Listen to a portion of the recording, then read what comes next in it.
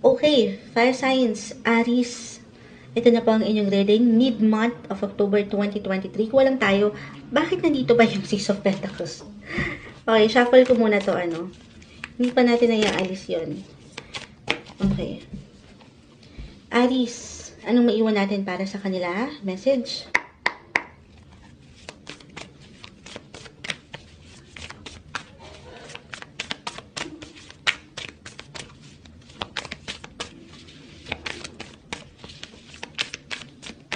Okay, may sumasama sa aking kamay. The Knight of Cups, Reverse. Aries, the Hangman. Okay. Eight of Cups, the Hangman. Add up ko na itong isa. Page of Pentacles. Okay. Okay. Aries.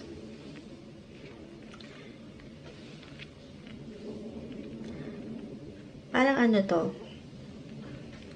Guys, keep in mind, tayo po ay general message, I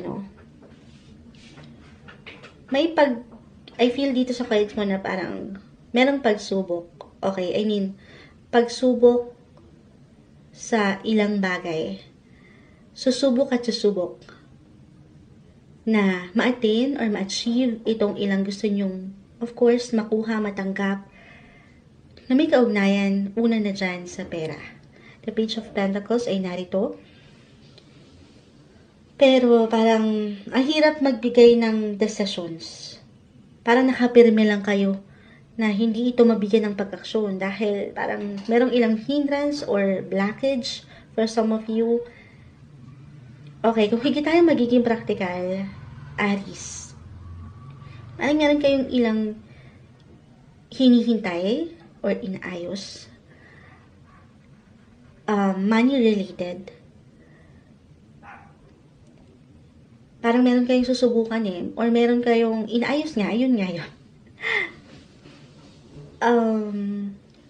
Kung meron kayong hinihintay na pera mula sa ibang tao, then i-claim na natin na dito sa inyong paghihintay, halimbawa merong pagkakautang sa inyo, ay matatanggap nyo. Okay? Maibabalik sa inyo. Or reversal po tayo every time. Kung kayo itong merong pagkakautang, haharapin, or maybe isang message na harapin ito, babalikan.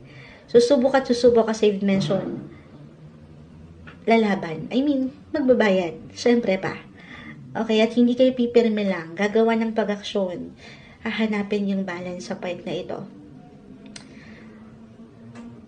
Or, isang message kasi dahil maring for some mensahe ito na mahalagang marinig na maghinay-hinay sa inyong paraan kung paano kayo gumagasta, mag-pause, mag-break lang kung kinakailangan, huwag padalos-dalos sa part na yon. Bigyan nyo ng higit na balance ang mga bagay-bagay. Lagi nyo alalahanin yung tamang responsibility kung paano nyo pinanghawakan ang inyong money. Kasi syempre pa, sa realidad, ang hirap ng buhay.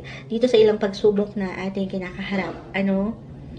Pero, ayun lang naman. Medyo complicated na about pera yung umanga. Actually, sa ilang unang signs, more on money. Okay, if this is about your relationship sector, Aries, maaring merong, sabi ko nga, yung subok. Merong susubok ulit. Merong magbabalik para sa ilan. Kahit over the net lang ito, kasi ito na yung parang new normal natin, merong magpaparamdam. Or lihim itong nakasilay sa inyo. The Knight of Cups is in reverse. Okay, maaring susubok, pero nahihiya. Pero merong sumisilay. Parang naninilay-nilay. Pero it could also be you rin, Aries. Tahimik ka lang na parang nagmamasid sa taong ito. At naghihintay ng oportunidad na kausapin ka, lapitan ka, or balikan ka. Pero ano pa man ang kinakaharap, mula dito sa ilang struggle or pagsubok ng buhay, Aries, tuloy lang. Laban. Okay, yan yung pinaka-message na mahalagang maaring marinig ngayon, mid-month, October 2023, Aries. Ng mga Leo. Ayan, mid-month of October 2023, Leo. Buha tayo ng ilang messages para sa inyo. As usual, mensaheng gabay lamang po. para sa mga Leo. Anong maiwan natin para sa kanila? Message. Leo. Meron po bang Leo na naka-online ngayon? Nakikinig sa atin. Tayo po pala ay naka-live stream rin sa YouTube. Ayan. Salamat po sa 6 viewers natin. 6,000 viewers. Leo. Ayan. Uy, 4 of Wands. At pa tayo dyan. Para sa mga Leo, mid-month of October 2023. Anong maiwan natin para sa kanila? Ayan, meron so, pa isa-isa. Ace of Cups, Reverse.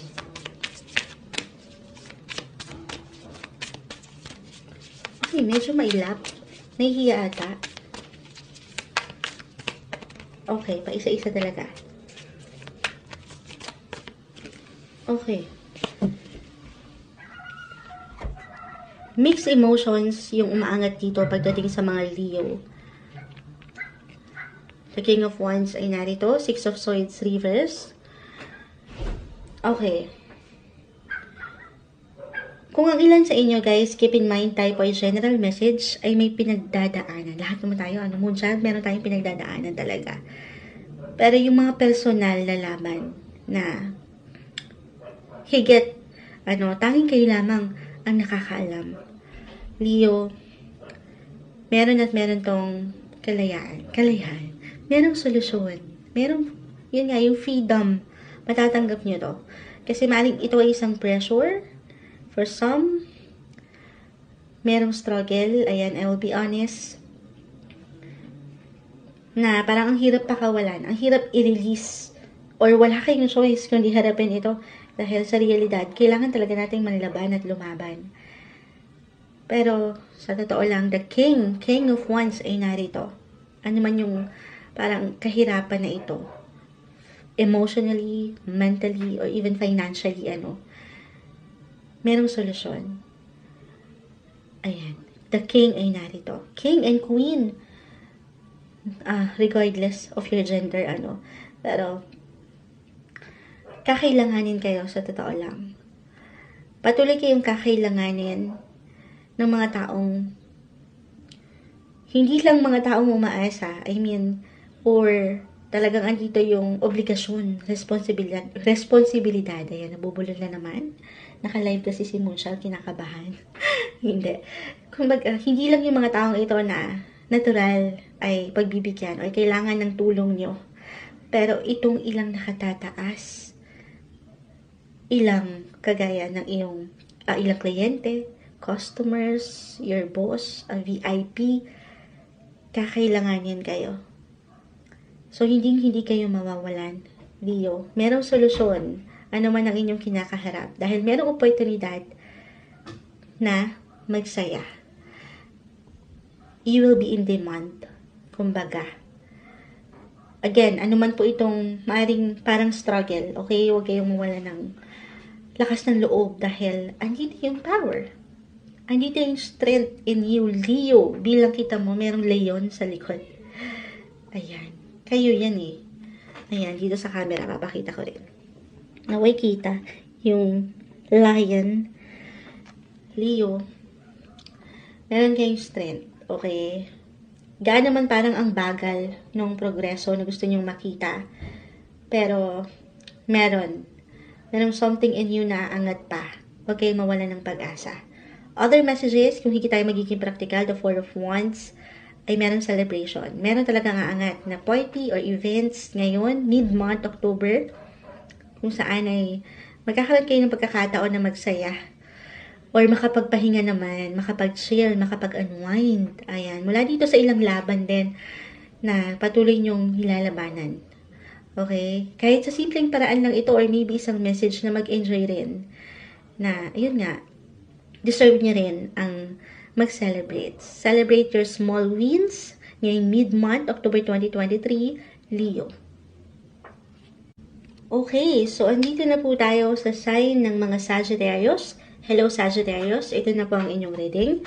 Mid-month of October 2023, kuha tayo ng ilang messages para sa inyo. Ano may iwan natin para sa mga Sagi? Message?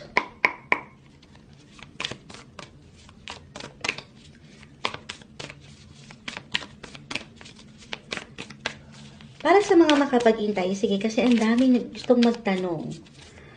Sige, try natin sagutin later ng mas mabilis lang. Okay, yung ilang mapagbibigyan ko po, kahit yes or no lang ito, mula sa cards. Pagkatapos nating mag-read, para sa mga makapag-iintay. Okay, the Magician is in reverse, the Seven of Wands reverse, Page of Cups, Knight of Swords, and, okay, the Star. Sagittarius.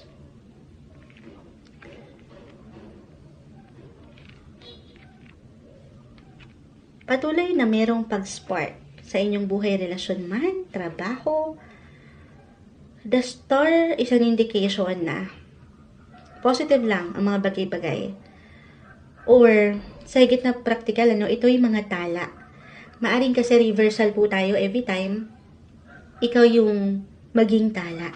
Sa ilang tao, sa iyong paligid, higit kayo magiging inspirasyon ng mga taong ito, or kayo mismo itong may inspired sa ilang ganap or ilang tao sa iyong paligid.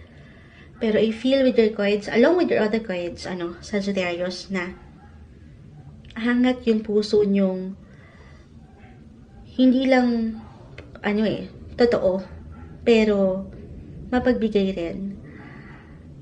Kumbaga, gusto nyo balance, syempre pa, gusto nyo matugunan yung pangangailangan, hindi lamang sa inyong sarili, pero itong ilang tao sa inyong paligid. May pag-push sa part na yan, may panlalaban. Aangat yung pagiging totoo or pagiging makatao ng ilan sa inyo. Mid-month, kahit pa nga minsan hindi nyo laban, ay ipaglalaban nyo with Seven of Wands. So, yung hustisya, yung pagiging makatao, yung, yung chance na makatulong at makapagbigay ng inspirasyon, kahit sa simpleng paraan nyo lang ito, gusto nyo buhayin yung magic ng mga taong ito na malapit sa inyong puso. Kumbaga, yung selfless or unconditional love na may offer nyo, yan yung umaangat ngayon. Yan yung trabaho para sa inyo na walang kapalit. Walang hinihintay na kapalit. Other messages, kung hindi yun mag-apply para sa inyo, Sagittarius,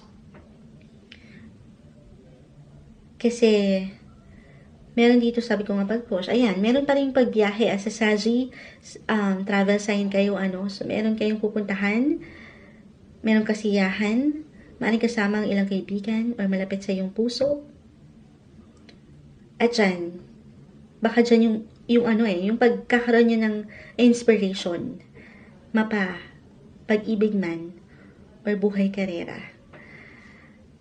So, ito rin, maaaring merong pagka-busy pa rin, para meron kayong hinahabol, patuloy na habulin. Gusto nyo matugunan ng lahat, hindi lamang ang pangangailangan ninyo, sabi ko nga, yung ilang obligasyon, o nakaatang na trabaho, pero itong ilang tao na gusto nyong harapin din at tulungan, kahit hindi nyo nalaban, ay ipaglalaban nyo. Isang magandang quality na angat sa'yo, Sagittarius, pero sana huwag mo rin kakalimutan na, kumbaga, paangatin yung kinang mo.